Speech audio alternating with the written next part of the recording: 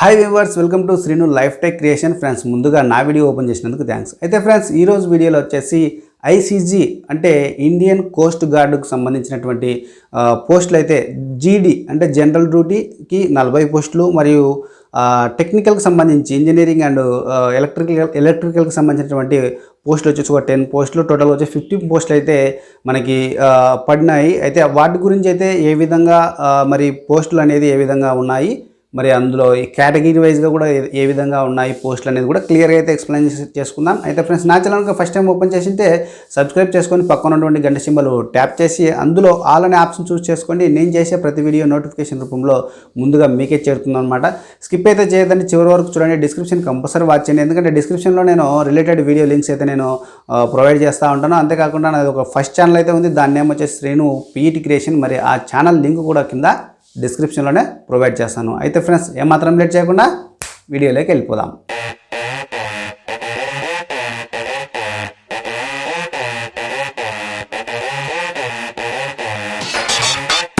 So వీడియోలోకి వచ్చినట్టయితే Indian coast guard గురించి అయితే క్లియర్గా అయితే మనం ఈరోజు ఎక్స్ప్లెయిన్ చేసుకుందాం. అయితే ఇండియన్ కోస్ట్ గార్డులో వచ్చేసి అసిస్టెంట్ కమాండెంట్కి సంబంధించినటువంటి ఈ 2022 బ్యాచ్కి సంబంధించినటువంటి పోస్టులు అన్నమాట.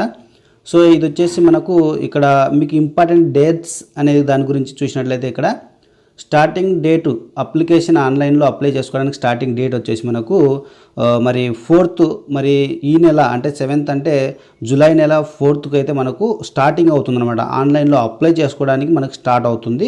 మరి చివరి తేదీ చూసినట్లయితే కింద వచ్చేసి మనకు లాస్ట్ డేట్ వచ్చేసి 14th జూలై 14th అయితే మనకి ఆ లోపల మనము అప్లై చేసుకోవడానికి అవకాశం ఉందన్నమాట. ఆ తర్వాత ఉండదన్నమాట. లాస్ట్ డేట్ ఎప్పుడంటే 14th దిస్ మంత్ 14th అనమాట.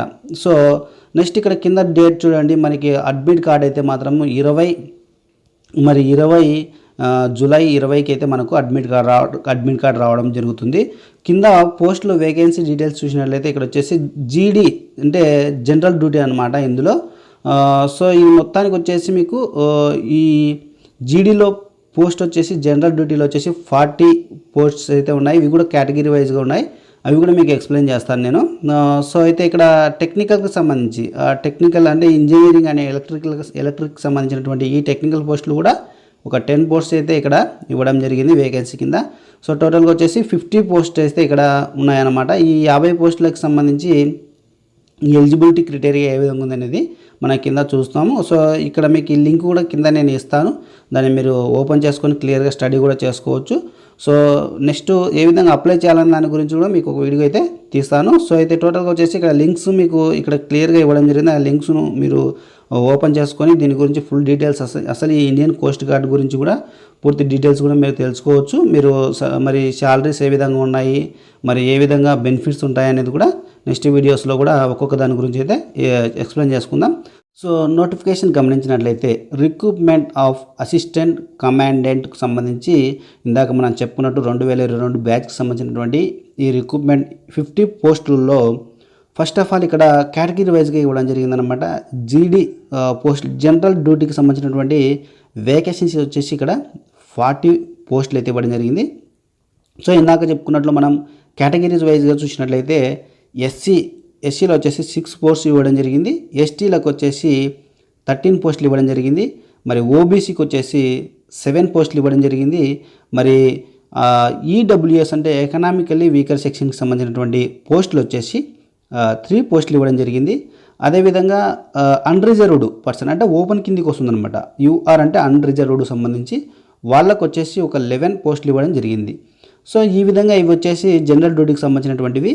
సో అదే టెక్నికల్ సైడ్ అయితే ఇంజనీరింగ్ ఎలక్ట్రికల్ సంబంధించినటువంటి టెక్నికల్గా 10 పోస్టులు ఇవ్వడం జరిగిందనమాట. ఆ 10 పోస్టులలో మళ్ళీ కేటగిరీ వైజ్గా ఎన్ని పోస్టులు ఉన్నాయైతే చూసినట్లయితే ఇక్కడ ఎస్సీ వాళ్ళకు వచ్చేసి 2 పోస్టులు ఇవ్వడం జరిగింది, మరి ఎస్టీ వాళ్ళకు వచ్చేసి 1 పోస్ట్ అయితే ఉండడం జరిగింది, మరి ఓబీసీ వాళ్ళకు వచ్చేసి 4 పోస్టులు అయితే ఉండడం జరిగింది, మరి ఈడబ్ల్యూఎస్కి సంబంధించి పోస్టులు అయితే లేవు, మరి అన్రిజర్వ్డ్ అంటే ఓపెన్కి సంబంధించి ఒక 3 పోస్టులు అయితే ఇక్కడ ఇవ్వడం జరిగింది. టోటల్గా వచ్చేసి 50 పోస్టులు అనమాట. అంటే మనకు ఈ రెండింటికి కలిపి జీడీకి జనరల్ డ్యూటీకి మరి టెక్నికల్కి సంబంధించి 50 పోస్టులు అయితే ఇవ్వడం జరిగిందనమాట. సో ఈ ఆన్లైన్ ప్రాసెస్ నేను మళ్ళీ ఏ విధంగా అనేది మీకు క్లియర్గా 4th మనకు స్టార్ట్ అవుతుందన్నారు కాబట్టి 4th మనకి ఏమైనా ఆన్లైన్ ప్రాసెస్ ఏ విధంగా ఉంది అప్లై చేయడానికి అనేది నేను ఒకసారి మీకు వీడియో తీయడానికి అయితే 100% ప్రయత్నం చేస్తాను.